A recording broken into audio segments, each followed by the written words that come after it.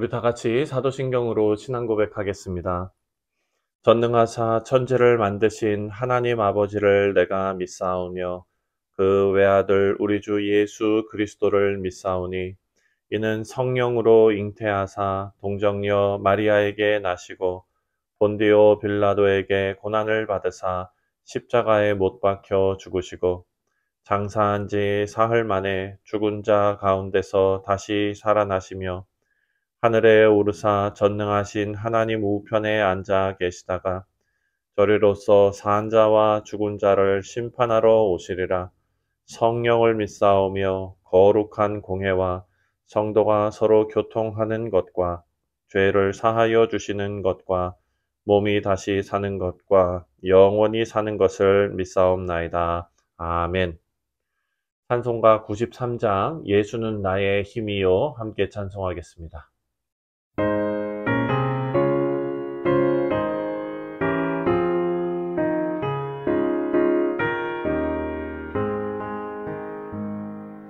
예수는 나의 힘이요 내 생명 되시니 구주 예수 떠나 살면 죄 중에 빠지니 눈물이 앞을 가리고 내 맘에 근심 쌓일 때 위로하고 힘 주시리 주 예수.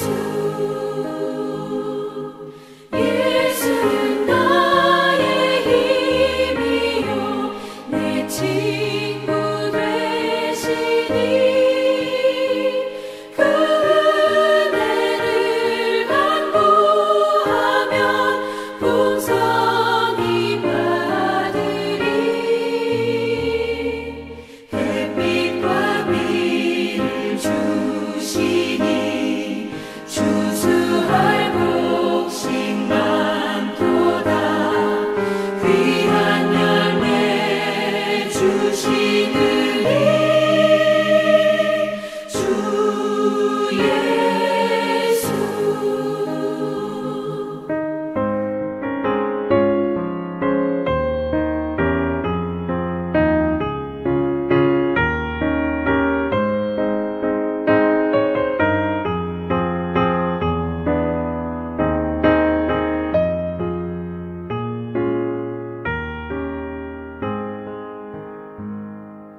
예수는 나의 힘이요 내 기쁨 되시니 그 명령을 준행하여 늘 충성하겠네.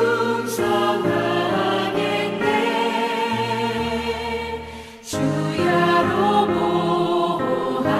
보호하시며 바른 길 가게 하시니 의지하고 따라가리 주 예수.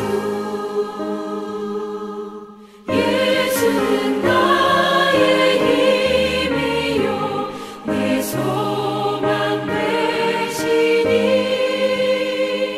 이 세상을 떠나갈 때 곧 영생 얻으리.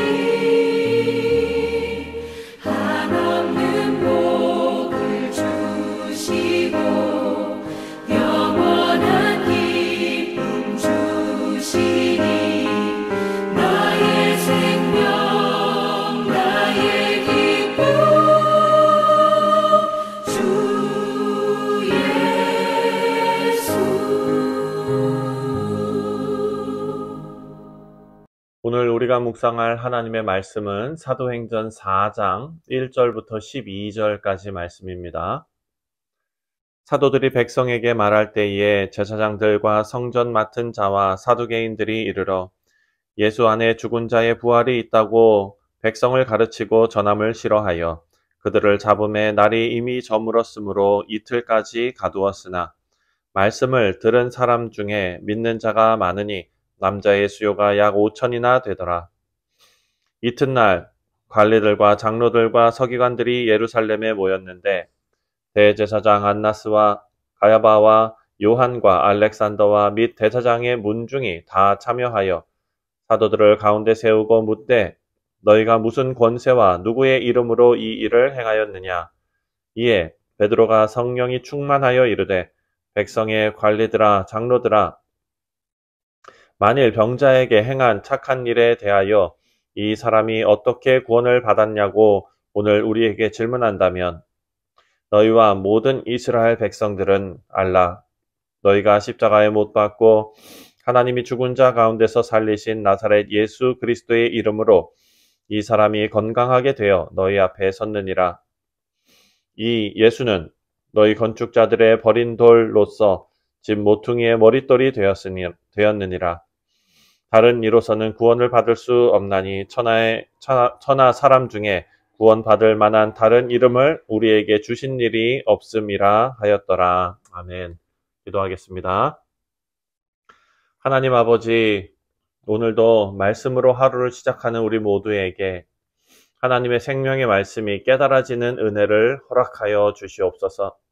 성령 하나님께서 온전히 주관하시고 역사하여 주실 줄 믿사오며 예수님의 이름으로 기도하옵나이다. 아멘. 자, 오늘 말씀을 보면 베드로와 요한이 부활하신 예수님에 대한 복음을 증거하는 것을 종교 지도자들이 핍박하는 그런 장면이 오늘 본문의 내용입니다. 베드로와 요한이 체포되었습니다. 본문 내용에 잠깐 빠져나와서 우리가 사도행전을 통해서 전하고자 하는 누가가 우리에게 전하고자 하는 그 메시지에 초점을 맞춰보면 구원받은 하나님의 백성들이 핍박을 당하는 것은 당연한 일이라는 것을 우리에게 알려주고 있습니다. 그것이 바로 이 사도행전을 읽는 1차 독자들에게도 누가가 해주고 싶었던 말이었던 것입니다. 오늘 베드로와 요한에게 생긴 일은 예수님의 복음을 전하는 데 발생한 첫 번째 핍박 사건입니다. 성전 미문에서 태어날 때부터 장애를 가지고 있던 사람을 고친 것이 누구의 권세와 누구의 이름으로 이 치유의 기적을 행했는지 추궁당하고 있습니다. 사실 예수님께서도 종교 지도자들에게 같은 신문을 당하셨습니다. 서기관들과 장로들이 예수님을 공격했던 것처럼 제자들에게도 공격하고 있는 것입니다. 7절 말씀을 보면 7절에 사도들 가운데 세우고 묻되 너희가 무슨 권세와 누구의 이름으로 이 일을 행하였느냐. 베드로는 이 질문에 대해서 당연하다는 듯이 하나님께서 죽은 자 가운데 다시 살리신 나사렛 예수 그리스도의 이름으로 이런 기적을 행한다라고 대답합니다. 그리고 내일 본문에 나오는 내용이지만 종교 지도자들은 더 이상 아무 말도 하지 못하고 자기들끼리 상의하고 간단하게 경고만 주고 이들을 풀어주게 됩니다. 여러분, 이 말씀을 보면서 우리가 깨닫게 되는 것은 오순절 성령 강림으로 시작된 신약의 교회를 어떤 세력이 가장 먼저 공격했는지를 누가가 기록해 놓았는데 그 신약 교회를 가장 먼저 적대시하고 공격한 사람은 바로 이방인들도 아니었고 오늘 본문 1절에 나오는 백성들도 아니었습니다. 하나님의 율법을 가장 잘 알고 있는 종교 지도자들이었습니다. 베드로는 성령 강림 사건을 하나님의 말씀을 인용해서 하나님의 말씀으로 설교합니다. 하나님의 말씀은 다름이 아닌 유대 종교 지도자들이 자신의 전문 분야라고 자부하던 그 말씀 아닙니까? 그럼에도 불구하고 이들은 사도 바울이 복음을 전하는 것을 싫어해서 그들을 잡아 체포하고 가둔 것입니다. 예수님을 십자가에 못 박은 이유와 같은 이유이지요. 이들이 핍박하는 것은 바로 그들의 기득권 때문입니다. 이 말씀이 우리에게 주는 교훈은 세상에 집착하는 자들은 예수님을 영접할 수 없다라는 사실입니다. 세상의 것을 손에서 과감하게 놓아버리고 주님을 붙잡는 것이 지혜 있는 성도들의 모습일 것입니다. 초대교회는 핍박을 당하게 될 것입니다. 지금 그 핍박이 시작되었습니다. 그리고 베드로와 요한이 체포된 것입니다. 하지만 4절 말씀을 보면 교회는 오히려 부흥합니다. 4절을 보니까 말씀을 듣는 사람 중에 믿는 자가 많으니 남자의 수가 약 5천이나 되었더라.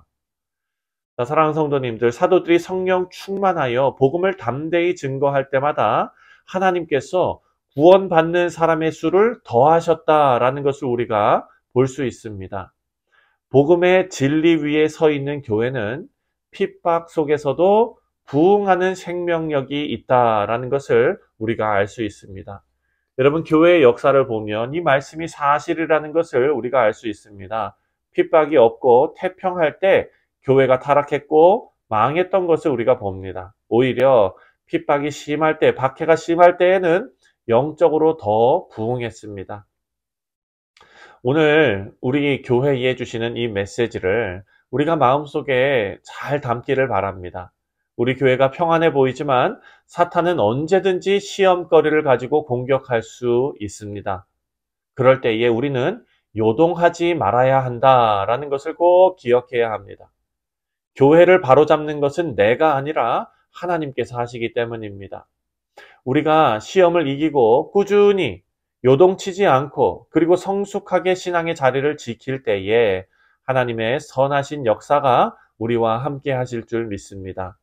또 오늘 본문 말씀을 보면 하나님께서 우리에게 시험을 이길 힘과 지혜를 주심을 알 수 있습니다.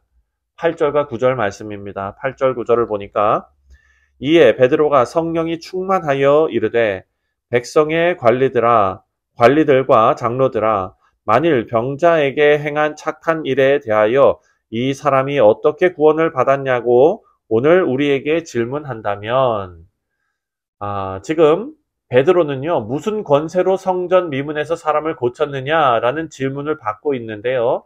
이 질문은 사실 위험한 질문입니다. 예수님께서도 같은 질문을 받으셨고 결국 신성 모독으로 몰려서 사형을 당하시게 된 것입니다. 아주 교활한 의도가 있는 질문에 베드로는 자신들이 한 일이 착한 일이다라고 먼저 말을 합니다. 다시 말해서 이웃을 돕는 일이었다라고 변론을 시작합니다.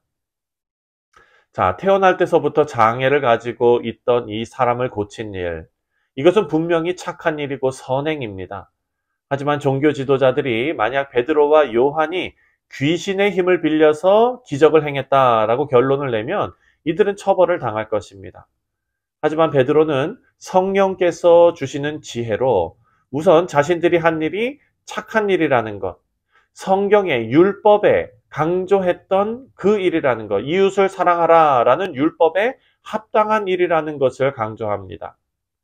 사랑하는 성도님들, 8절 말씀을 보면은요, 누가는 베드로가 대답할 때 성령이 충만하여 라고 그 장면을 부연 설명하고 있습니다. 이것으로 알 수 있는 것은 베드로의 답변을 성령께서 도우시고 그 순간 특별한 영감을 주셨다라는 것을 알 수가 있습니다.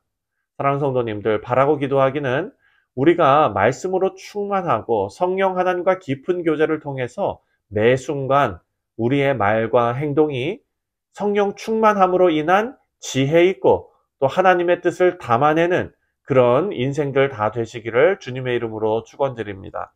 자, 마지막으로 11절을 보면은요, 11절에 이 예수는 너희 건축자의 버린 돌로서 집 모퉁이의 머릿돌이 되었느니라. 베드로는요, 자신의 일을 변론하면서 담대하게 종교 지도자들을 책망합니다. 이 예수는 너희 건축자들의 버린 돌로서 집 모퉁이의 머릿돌이 되었다라는 이 말씀은요, 시편 118편을 인용한 것입니다. 시편 118편 22절을 보면 똑같은 말씀이 나옵니다. 건축자의 버린 돌이 집 모퉁이의 머릿돌이 되었나니. 하나님의 말씀에 능통한 종교 지도자들은 이 말씀이 어디에 있는 말씀인지 바로 알았을 것입니다. 유대 종교자들이 성전 건축자들이고 그들이 버린 돌이 예수님이라는 것을 말하고 또 예수님께서 모퉁이 돌이 되셔서 바로 예수님께서 이스라엘 민족이 그렇게 기다리던 메시아였다라는 것을 선포하고 있습니다. 베드로는요, 유대 종교자들이 이 말을 듣고 찔림을 받으라고 의도적으로 한 말이 아니라 베드로는 지금 복음을 전하고 있습니다. 복음의 핵심은 예수님께서 집에 모퉁이 돌 되신 것처럼 예수님의 교훈과 언약 위에 나의 삶을 건축해야 한다라는 것을 설교하고 있습니다. 여러분, 그 중요한 순간에도 베드로는 복음 증거의 기회로 알고 주님의 복음을 증거했습니다. 우리 사랑하는 성도님들, 이 말씀이 너무나 옳습니다. 우리도 예수님께서 우리 인생의 기초라는 것을 인정하시고 예수님의 은혜 속에 우리의 삶을 건축해 나가시는 우리 믿음의 성도님들 다 되시기를 주님의 이름으로 축원드립니다. 기도하겠습니다. 하나님 아버지, 은혜와 사랑에 감사를 드립니다.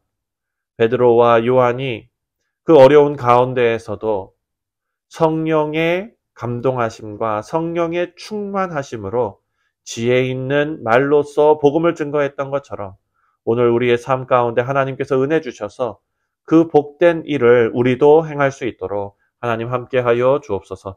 감사드리오며 예수님의 이름으로 기도하옵나이다. 아멘.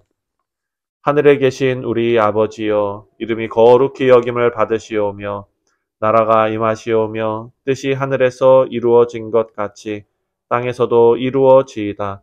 오늘 우리에게 일용할 양식을 주시옵고 우리가 우리에게 죄 지은 자를 사하여 준 것 같이 우리 죄를 사하여 주시옵고 우리를 시험에 들게 하지 마시옵고 다만 악에서 구하시옵소서.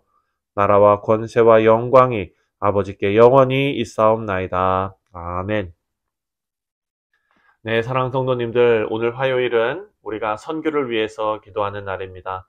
웬디 칼라가 선교지를 위해서 기도해 주시고 또 특별히 우리 원로 목사님 5월의 선교 일정을 위해서 기도해 주시며 또 캄보디아 신학교 귀한 사역을 위해서도 함께 기도해 주시길 바랍니다. 다 같이 기도하겠습니다.